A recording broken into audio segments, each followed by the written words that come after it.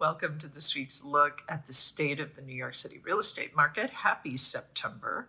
This report is for September 2nd to the 8th. Definitely seeing some changes. The market's beginning to wake up for the fall. We're seeing more inventory coming on the market, and we're seeing other things too, which I will get into in a moment.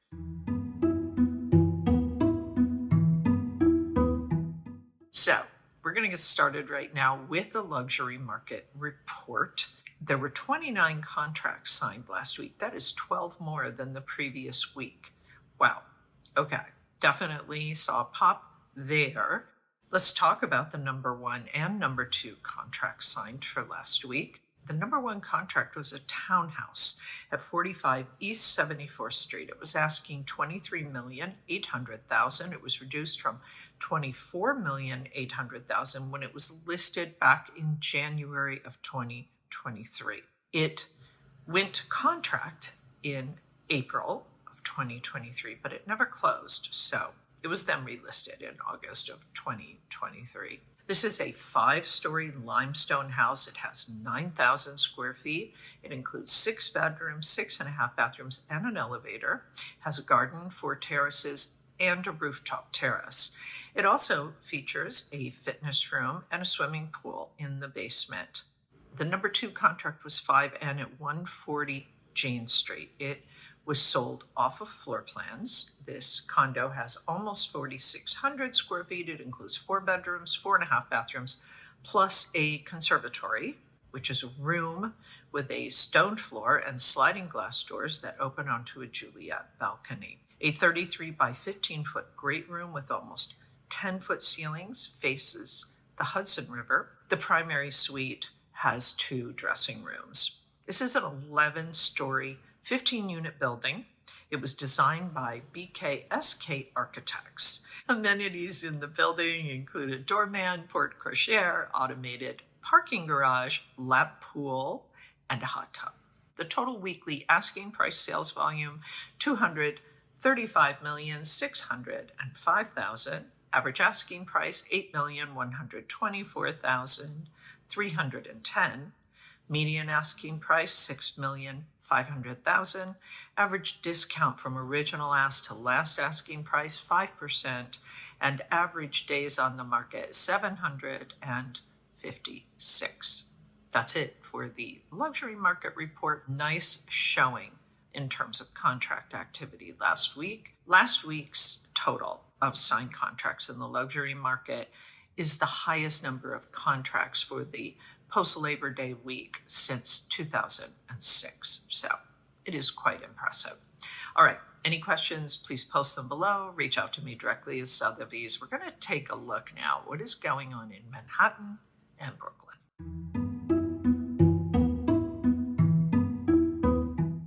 Taking a look at the inventory, new listings for last week rose almost 365%. Wow, 581 new properties came on the market in Manhattan.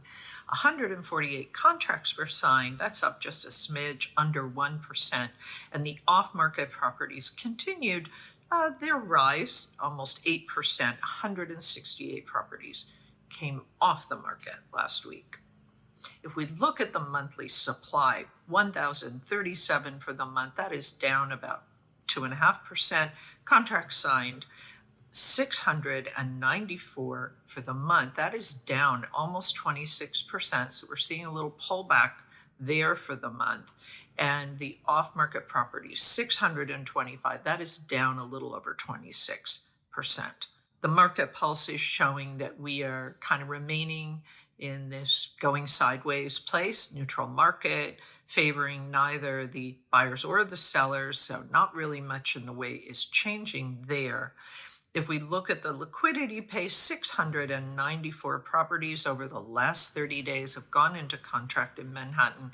That is down 19% from last month and up just a smidge from last year. This is a little sneak peek at the Manhattan price action. It's a bit of a kind of an indicator about where the prices are at.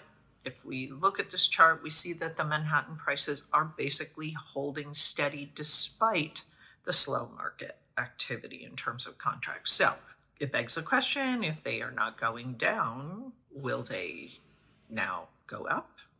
We don't know. We're gonna keep an eye on it though. Thought it might be interesting because a lot of buyers and sellers are wondering, in addition to what the inventory looks like, in addition to what the contract activity looks like, what's happening with the prices. So as we can see in Manhattan, they are holding pretty steady. That's it for Manhattan. We're going to look now at Brooklyn. Any questions, as always, you know what to do. Post them below or reach out to me directly at Sotheby's.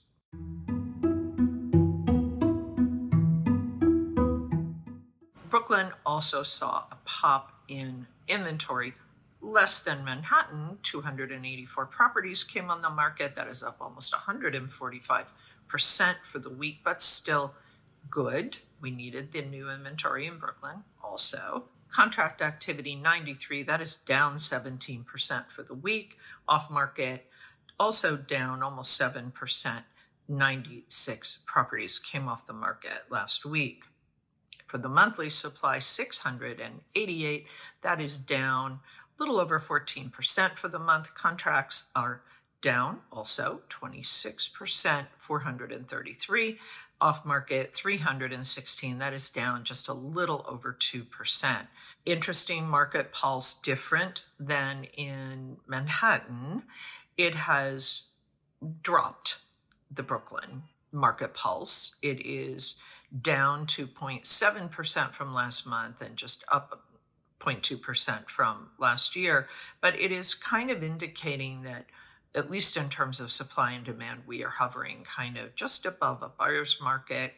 This 30-day liquidity pace chart, 433, shows again a bit of a drop because we've seen this kind of decline in contract activity over these last few weeks. That is down a little over 16% for the month and down 7.3% for the year. Now, here's what's interesting, though. If we look at the Brooklyn price action, how the resale condo price per square foot is shaping up in Brooklyn, it shows that prices are actually ticking higher despite the slow market. So even though we've seen a little bit of a pullback, and these other charts might suggest that this market in Brooklyn is favoring the buyers, the whole story is not quite there. If we look at the price action, it gives us a little more of an indicator. Manhattan, I mentioned, is holding steady in terms of prices. Brooklyn prices actually, in terms of the condo resale market anyway, seem to be ticking a little higher. So where is this going to go for the fall? Who knows? Of course, we don't have a crystal ball, but at least we have a good idea right now of where things are at. So that's it for Brooklyn.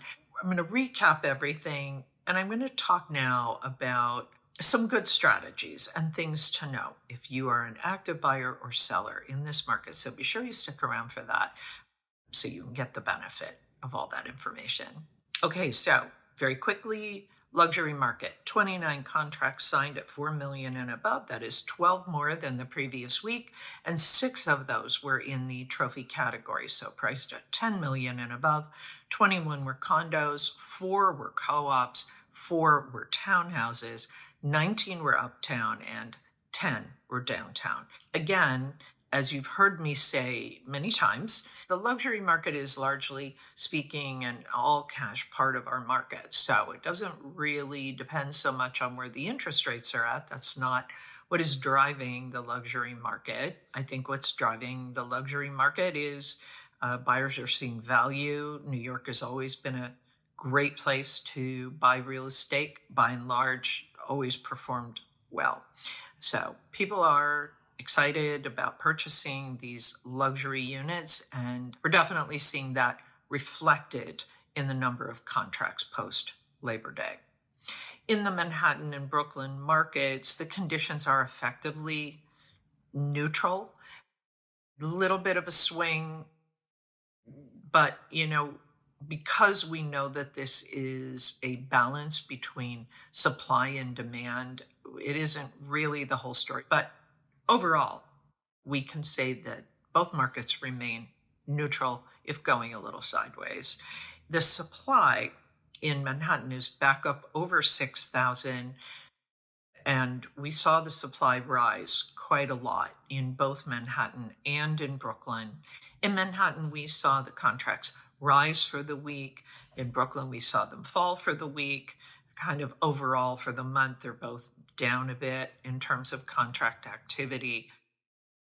In Manhattan, the off-market properties rose over the week and were down for the month. And in Brooklyn, they were down for the weekend, down for the month. What does all this mean at the end of the day? If you are active in this market as a buyer or as a seller, what it means for sellers is the inventory is rising, as you can see. So you do have more competition. The good news is buyers are beginning to re-engage. This is the time. September is historically the month where buyers look at properties, and then in October they begin to make their decisions. So a lot of sellers like to get their properties on the market during September, giving buyers that 30-day period, which is historically what they need to find something that they like and make their deal. The buyers are beginning to re-engage. As I said, however, you do have some competition, more than you had in the summer. So sellers, take advantage of this and do watch your pricing. Be sure that your asking price positions you as best in class, best in your category. If you have questions about what that means, you can always reach out to me. I'm always happy to flesh that out a little bit for you and talk about your particular situation if you would like that. Buyers, do be aware that prices are holding steady in Manhattan, and they are even ticking a little bit higher in certain sectors of the Brooklyn market. Unless something's been on the market for a while, don't assume that you're going to have a lot of negotiability.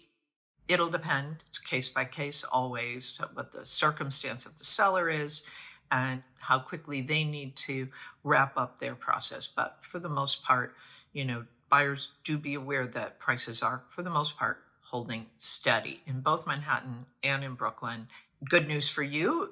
Also, there is new inventory coming on the market, and I know that'll be good news to some of the buyers who have been looking and getting a little frustrated at not having a lot of choices. But we did say that new inventory would come on the market in the fall, and here it is, already starting to happen.